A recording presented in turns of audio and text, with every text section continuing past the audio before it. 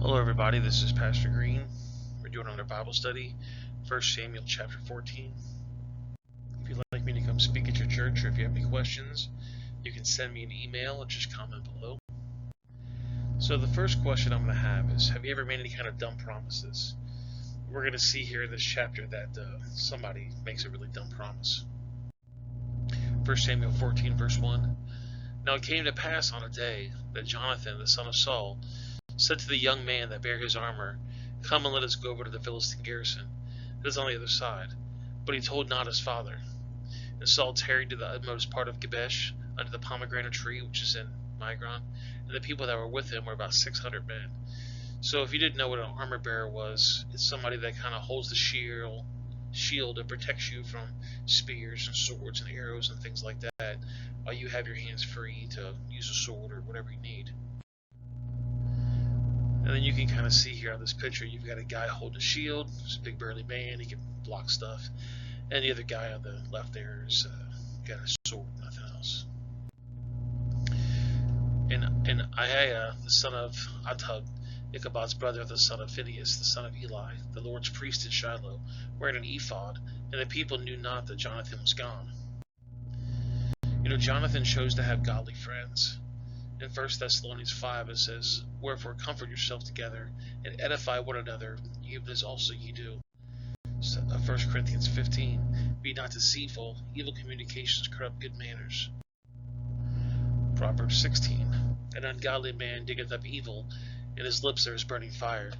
A proffered man seeketh strife, and a whisperer shall separate of chief friends. A violent man edifeth his neighbor, and leadeth to the ways which is not good. Proverbs 18, A man that has friends must show himself friendly, and there is a friend that sticketh closer than a brother. Proverbs 27, Ointment and perfume rejoice in the heart, so doeth the sweetness of a man's friend by hearty counsel. Thy own friend and thy father's friend forsake not, neither they go to thy brother's house in the day, and they calamity for betters and neighbors than near to a brother far off. 1 Peter 4, And above all things have fervent charity among yourselves, for charity shall cover the multitude of sins. Use hospitality to one another without judging. Proverbs 17, A friend loveth at all times, and a brother is born of adversity. Proverbs 22, Make no friendship with an angry man, and with a fervent man thou shalt not go, lest thou learn his ways and get a snare to thy soul. Proverbs 13, He that walketh with wise men shall be wise, but a companion of fools shall be destroyed. Colossians 3, Put on therefore the elect of God, holy and beloved, vows of mercy, kindness, humbleness of mercy, meekness, long-suffering, forbearing one another and forgiving one another. And if every man have a quarrel against any, even as Christ forgave you, also ye do thee. Colossians 3, And above all these things put on charity, which is the bond of perfectionness. And let peace of God rule with your heart, that which also they call one body, and be thee thankful. Let the word of Christ dwell in you richly in all wisdom, teaching and admonishing one another in psalms and hymns and spiritual songs, singing with grace in his heart to the Lord. So 1 Samuel 14, And Eli, the son of Ahitub, Ichabod's brother, the son of Phinehas, the son of Eli, the Lord's priest in Shiloh, wearing an ephod, and the priest no doubt that Jonathan was gone. And between the passages by which Jonathan sought to go over to the Philistine garrison, there was a sharp rock on one side, and a sharp rock on the other side, and the name of the one was Bozan, and the name of the other was Seneth. And it's basically this like valley in the mountains here, where you have to cross through, and you can't really go backwards. You can only go forward, and you kind of get stuck there in the middle. The foremost of the one was situated northward against Michmash, and the other southward against the Gibeon. And Jonathan said to the young man that bare his armor, Come, let us go over to the garrison of these uncircumcised. It may be that the Lord will work for us, but there is no restraint to the Lord to save by many or by few. And his armor bearer said unto him, Do all that in thine heart turn thee. Behold, I am with thee according to thy heart. And then Jonathan, behold, will pass over to these men. We will discover ourselves unto them. And they say thus unto us, Tarry until we come to you, then we shall stand in our place, and will not go up to them. You know, Jonathan's armor bearer was a really good friend of his. But if they say thus, Come up to us, we will go up, and the Lord has delivered them to our hands, and this shall be a sign for us. And both of them discovered themselves into the garrison of the Philistines. And the Philistines said, Behold, the Hebrews come forth out of the holes where they hid themselves. And the men of the garrison answered Jonathan and his armor-bearer, and said, Come up to us, and we will show you a thing. And Jonathan said to his armor-bearer, Come up after me, for the Lord has delivered them to the hands of the Israel.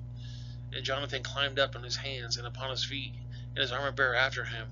And they fell before Jonathan, and his armor-bearer slew after them. So they had this big battle, Jonathan and his armor-bearer, against the Philistines. And the first lot which Jonathan and his armor-bearer made was about 20 men. But then they made a half acre of land, and a yoke of oxen might plow. And there was trembling in the host in the field, and among the people, the garrison and the spoils, and also trembled to the earth quaked, and it was a very good trembling. And the watchmen of Saul and Gibesh and Benjamin looked, and behold, the multitude melted away, and they went on beating down one another. And then Saul said to the people that were with him, Number now, and see who's gone from us. And when they have numbered, behold, Jonathan and his armor-bearer were not there. And Saul said to Eli, Bring hither the ark of God, for the ark of God was that time in the children of Israel. And it came to pass when Saul talked to the priest, that the noise that was in the host of the Philistines went on and increased. And Saul said to the priest, Withdraw thine hand. And Saul and all the people that were with him assembled together, and they came to the battle, and behold, every man's sword was against his fellow, and there was a very great discomfiture. Moreover, the Hebrews that were with the Philistines before that time, they went up with them in the camp in the country round about. Even they also turned it with the Israelites that were with Saul and Jonathan. Likewise, all the men of Israel, which hid themselves in the mount of Ephraim, when they heard that the Philistines fled, even they also followed hard after them in battle. So the Lord saved Israel that day, and the battle passed over to Bethaven. So Saul didn't really want to do anything. Jonathan's armor-bearer went ahead and started this little battle. And because they did such a great job, even the people that weren't really wanting to battle, they decided to join in. So basically, numbers mean nothing to God. The Philistines had over 30,000 chariots and 6,000 horsemen, and the people were like the sands of the seashore. The Israelites had King Saul and Jonathan and 600 soldiers. There was an earthquake, and God helped them. And the men of Israel were distressed that day. For Saul had adjourned the people, saying, Cursed be the man that eateth any food until evening, that I may be avenged in my enemy. So none of the people tasted any food. And all that the land came for wood, and there was honey upon the ground. So Saul told the men, You're not allowed to eat nothing, because he wanted to get the glory. He wanted to get the thing, the recognition. Well, telling your soldiers they can't eat food, they can't get nourishment, they can't get energy to do a battle, that's a really dumb thing to say. When the people will come to the wood behind the honey dropped, but no man put his hand to his mouth, for the people feared the oath. But Jonathan heard not when the father charged the people with the oath.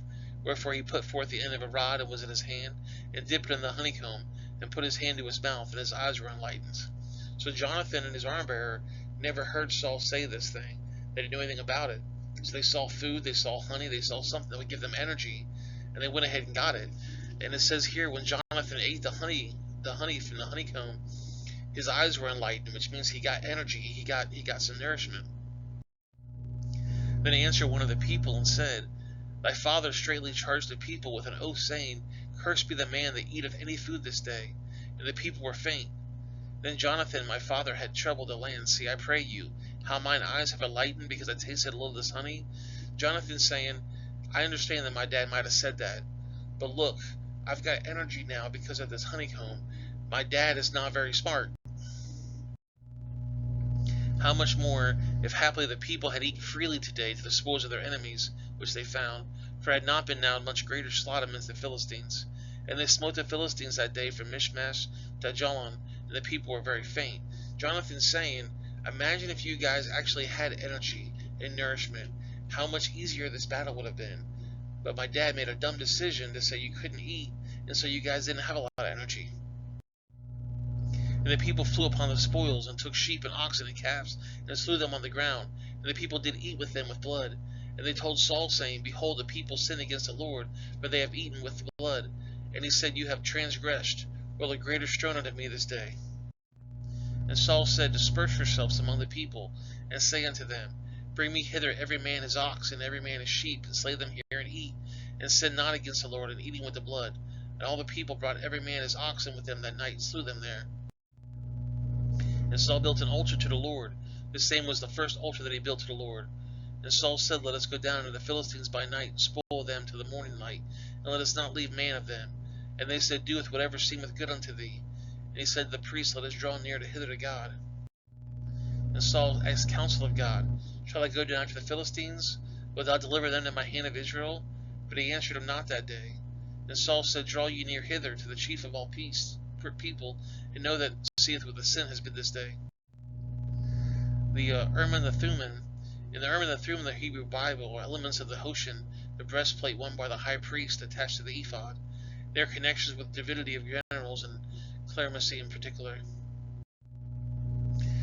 For the Lord liveth, which saveth Israel, though thou be Jonathan my son, he shall surely die. But there was not a man among all the people that answered him. You see, Saul wanted people to follow him, but he was not a very good guy, so the people liked Jonathan better. Proverbs 26 says, Answer not a fool according to his folly, lest thou also be likened unto him. Answer a fool in his folly, you're going to be a fool yourself.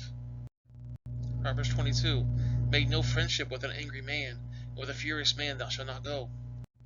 Proverbs 29, If a wise man is contented with foolish man, whether he rages or laughs, there is no rest. Back to 1 Samuel 14:40. Then said he to all to Israel, Be on one side, and I Jonathan and my son be on the other side. And the people said unto Saul, Doeth what seemeth good unto thee. Therefore Saul said to the Lord God of Israel, Give a perfect lot. And Saul and Jonathan were taken, but the people escaped. See, Saul's telling God, Hey, I'm going to be on this side with my people. Jonathan's going to be on that side with that people. But you're going to choose me because I'm obviously the king. Proverbs 16 says, A lot is cast into the lap, but the whole disposing therefore is of the Lord's. So 1 Samuel 14:42. And Saul said, Cast lots between me and Jonathan my son. And Jonathan was taken. Then Saul said to Jonathan, Tell me what you have done. And Jonathan told him and said, I did taste a little bit of honey at the end of a rod, but it was my hand, and lo, I must die. So Jonathan's telling his dad, Yeah, I ate some honey off the rod, and so according to you, you got to kill me. And Saul answered, God, do so and more also, for thou shalt surely die, Jonathan. Verse 6 says, And when the daughters of the said Herodias came in and danced and pleased Herod, and some that sat with him, the king said unto the damsel, Ask me whatever thou wilt, and I will give it to thee. And he swore unto her, Whatever thou should ask of me, I will give thee unto the half of my kingdom. And when she went forth and said to her mother, What shall I ask? And she said, The head of John the Baptist. And she came in straightway with haste to the king, and asked, saying, Wilt thou give me by the charge of the head of John the Baptist? And the king was exceedingly sorrowed, yet for his oath's sake, and for the sake which was with them, they would not reject her. And immediately the king set an executioner and commanded the head to be brought, and then behead him in prison. You see, when the king says, I promise whatever you say, I'll do, sometimes you don't expect something. This king didn't expect his daughter to ask for John the Baptist's head. Just like Saul didn't think that the people were going to say, If anybody does this, I'm going to kill him. Well, his own son now has to be killed. 1 Samuel 14:45. And the people said unto Saul, Shall Jonathan die, who was wrought this great salvation in Israel? God forbid, as the Lord liveth, there shall not one hair of his head fall to the ground, for he has wrought with God this day. So the people rescued Jonathan, that he die not. Then Saul went up from following the Philistines, and the Philistines went their own place. So Saul basically told the people, because he disobeyed me, the king, we got to kill him. And the people said, Oh, no. We like Jonathan. We don't like you. You're not going to touch Jonathan. So Saul took the kingdom over Israel and fought against all of his enemies on every side, and against Moab, and against the children of Ammon, and against Edom, and against the kings of Zobah, and against the Philistines. And wheresoever he turned himself, that he vexed them. And he gathered a host and smote the Amalekites, and delivered Israel out of the hands of them that spoiled them. Now the sons of Saul were Jonathan, and Ishu, and Melchizedek, and the names of his two daughters were the names of the firstborn, Meribah, and the name of the younger, Michal, or Michael. And the names of Saul's wives was Anohim, the daughter of Elamis, and the name of the captive of his host was Abner, the son of Ner, Saul's uncle. Now I underlined Michael or Michal because later David's going to want to marry her. And Kish was the father of Saul, and Ner the father of Abner was the son of Ibel. And there was sore war against the Philistines in the days of Saul. And when Saul saw any strong man or any valiant man, he took him unto him. So, because of this action, the Philistines were always going against Saul this day. And anytime Saul saw a man that was worthy to go to battle, he would take him and send him to battle. Well, guys, that's the video. I appreciate you guys watching. If you have any questions, you can comment below, or you can send me an email.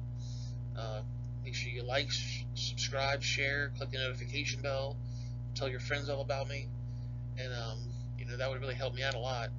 On the bottom right of the screen, I'm going to put the 1 Samuel Bible study. The top left is going to be the Genesis Bible study, and the bottom left is going to be a video that YouTube thinks you're going to like. I appreciate you guys watching. I'll see you guys in the next video. Have yourself a great day.